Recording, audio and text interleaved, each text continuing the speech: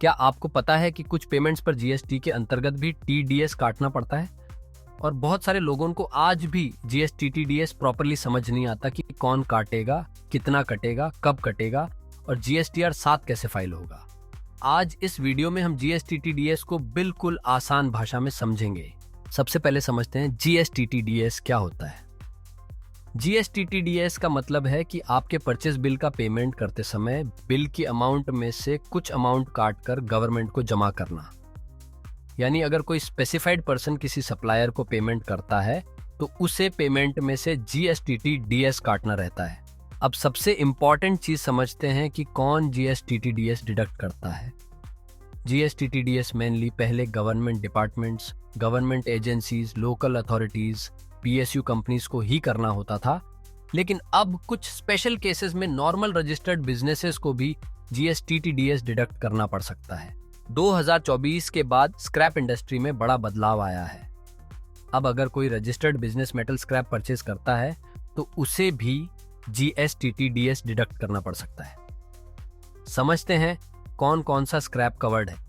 सभी metal scraps जो chapters 72 से 81 तक के HSN के अंतर्गत आते हैं, यानी iron scrap, steel scrap, copper scrap, aluminium scrap, brass scrap और अदर मेटल स्क्रैप परचेजेस पर यह रूल लागू होता है। जीएसटी टीडीएस कब लगेगा, उसके लिए कुछ कंडीशंस पड़ती हैं।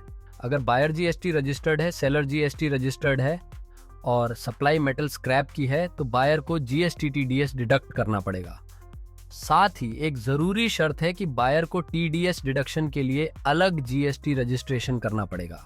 चलिए एक प्रैक्टिकल एग्जांपल समझते हैं। मान लीजिए एबीसी ट्रेडर्स ने एक्सवाइजी स्क्रैप डीलर से 8 लाख रुपए का आयरन स्क्रैप खरीदा। दोनों पार्टीज जीएसटी रजिस्टर्ड हैं, इसलिए एबीसी ट्रेडर्स को पेमेंट करते समय जीएसटी टीडीएस डिडक्ट करना पड़ेगा। मान लीजिए आयरन स्क्रैप की टैक्सेबल वैल्यू 8 लाख रुपए है।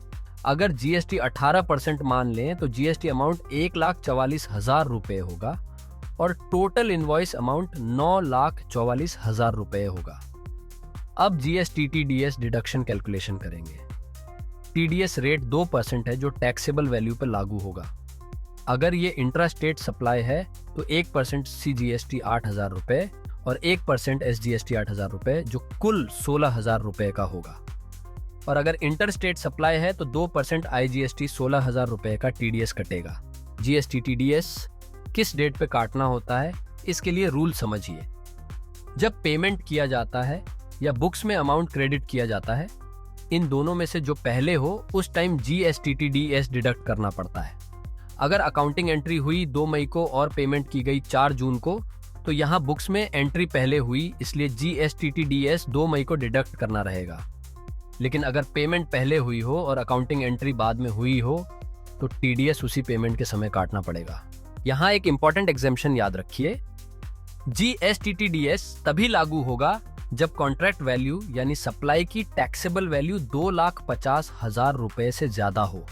कॉन्ट्रैक्ट वैल्यू का मतलब जनरली ये होता है कि आप किसी एक सप्लायर से रेगुलरली परचेस कर रहे हैं तो एक बिल का टैक्सेबल अमाउंट 2,50,000 रुपए से ज्यादा हो या पूरे साल का टोटल 2,50,000 रुपए से ज्यादा हो जाता है, तो अगर आप ये प्रूव नहीं कर पाते कि ये परचेसेस डिफरेंट कॉन्ट्रैक्ट्स के अंडर है तो वो एक ही कॉन्ट्रैक्ट समझा जाएगा और सारे ही बिल्स पर टीडीएस करना रहेगा।